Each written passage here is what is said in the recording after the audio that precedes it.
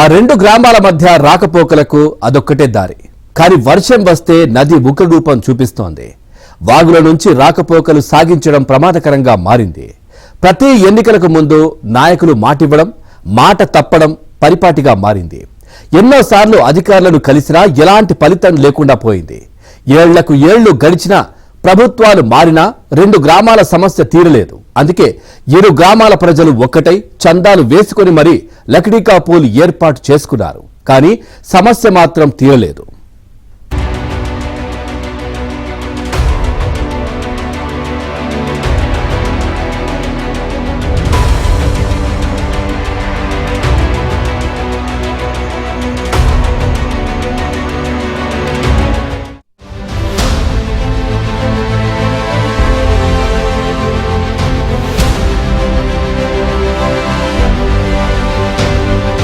ఇది నాగర్ కర్నూలు జిల్లాలోని పులిజాల గ్రామం.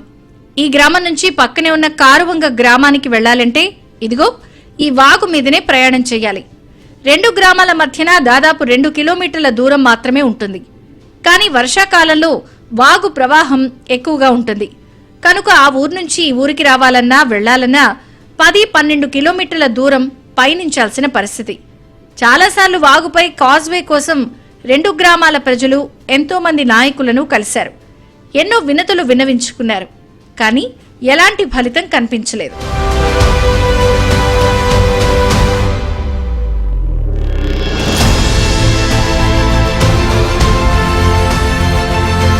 నాయకులను అడిగి అడిగి అలసిపోయిన గ్రామస్తులు సొంత ఖర్చుతో తీగల వంతెనను నిర్మించుకున్నారు. ఇందుకుగాను సుమారు 4 లక్షల రూపాయలు జమ చేసుకుని బ్రిడ్జి నిర్మాణం పూర్తి చేశారు.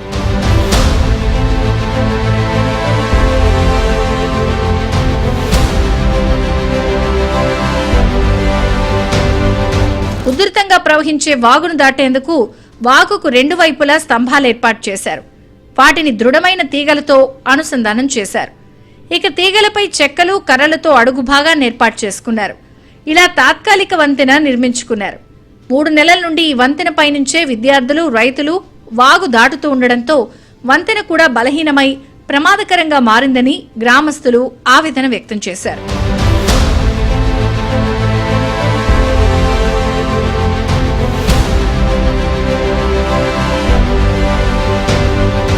ఇటీవల కాలంలో భారీగా వానలు పట్టడం వల్ల కేసరి సముద్రం చెరువు అలుగు పారుతూ ఉండడంతో ఈ వాగులో నీటి ఉధృతి ఎక్కువైంది. గత 3 నెలల నుండి ప్రవాహం కొనసాగుతూనే ఉంది. దీంతో వాగును దాటేందుకు ఇరు గ్రామాలకు చెందిన రైతులు, ముఖ్యంగా విద్యార్థులు తీవ్ర అవస్థలు పడుతున్నారు. ప్రతిరోజు కారువంగలోని స్కూల్కు వెళ్లాలంటే ఈ మార్గమే శరణ్యం. కారువంగ గ్రామంలో బ్యాంక్ కూడా ఉంది. పులిజాల గ్రామానికి చెందిన రైతుల పొలాలు సుమారు 600 ఎకరాల దాకా వాగు ఆవలే ఉన్నాయి. ఇలా ప్రతి ఒక్కరూ తమ తమ కార్యకలాపాలు చేసుకోవాలి అంటే సవాలుగానే మారింది.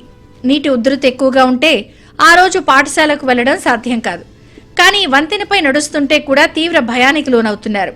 ప్రతిరోజు ప్రాణాలను అరచేతిలో పెట్టుకుని వంతెన దాటుతున్నామని పలువురు ఆందోళన వ్యక్తం చేశారు. ఇక్కడ మాకు ఒక వాగు ఉంది. ఆ వాగు మా ఊరికి పోవాలంటే ఒక 1/2 కిలోమీటర్లు, ఇట్లా చుట్టూ తిరిగిపోవాలంటే 7 కిలోమీటర్లు అవుతుంది. ఆడోళ్ళు మొగలు పోవాలంటే చాలా ఇబ్బంది.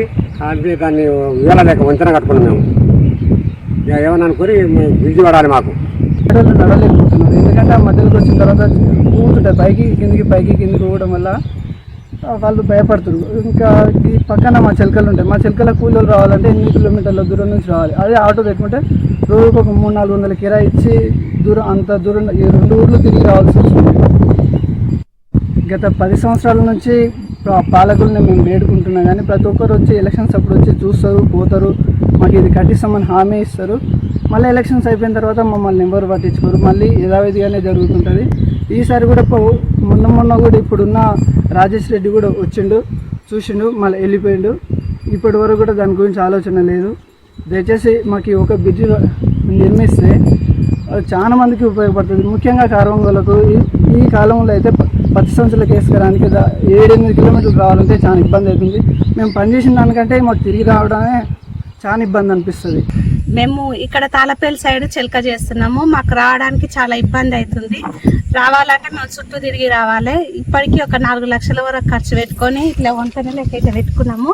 అది కూడా కూలిపోవడానికి దగ్గర వచ్చింది. బడి పిల్లల స్కూల్ పిల్లలకి మాకు చాలా ఇబ్బంది అవుతుంది. ఇట్లా పిండి సంచులు వేసుకురావాలన్నా కానీ మేము కూలీలను రావాలన్నా కానీ మాకు ఇబ్బందిగా అవుతుంది. దయచేసి మాకు గవర్నమెంట్ ఏమన్నా సహాయం చేస్తుందని వాగు దాటాలంటే భయంతోనే నడుస్తున్నామని, ఎప్పుడేం జరుగుతుందో తెలియదని పలువురు వాపోయారు. వంతెన నిర్మిస్తామని చాలాసార్లు ప్రజాప్రతినిధులు హామీ ఇచ్చారని, ఆ తర్వాత మాట తప్పారని వాపోతున్నారు. ఈ కార్వంగ పుల్యాల మధ్యలో గల ఈ బ్రిడ్జి కోసం మాట్లాడడం జరుగుతుంది.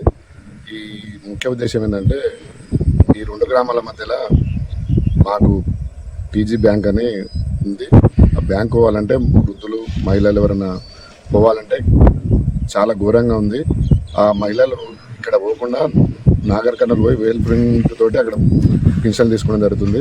అదేవిధంగా ఇప్పుడు ఇక్కడ పొలాలు దాదాపు 500-600 ఎకరాలు కార్వంగ గ్రామాల ప్రజల భూములు ఇక్కడ ఉన్నాయి. వాళ్ళ పిండి సంచులు కానీ ఎద్దుల బండి పోవడానికి చాలా ప్రమాదకరంగా ఉంది. ఇక్కడ వాళ్ళు కార్వంగ గ్రామాల ప్రజలు సిండికేట్ వేసుకొని 3-4 లక్షలు ఖర్చు పెట్టుకొని 5-6 ఏళ్ళ కింద మన టెంపరరీ బ్రిడ్జిని ఏర్పాటు చేయడం జరిగింది. అదే ప్రభుత్వానికి 10 సంవత్సరాల నుంచి ఫిర్యాదు చేయడం జరిగింది.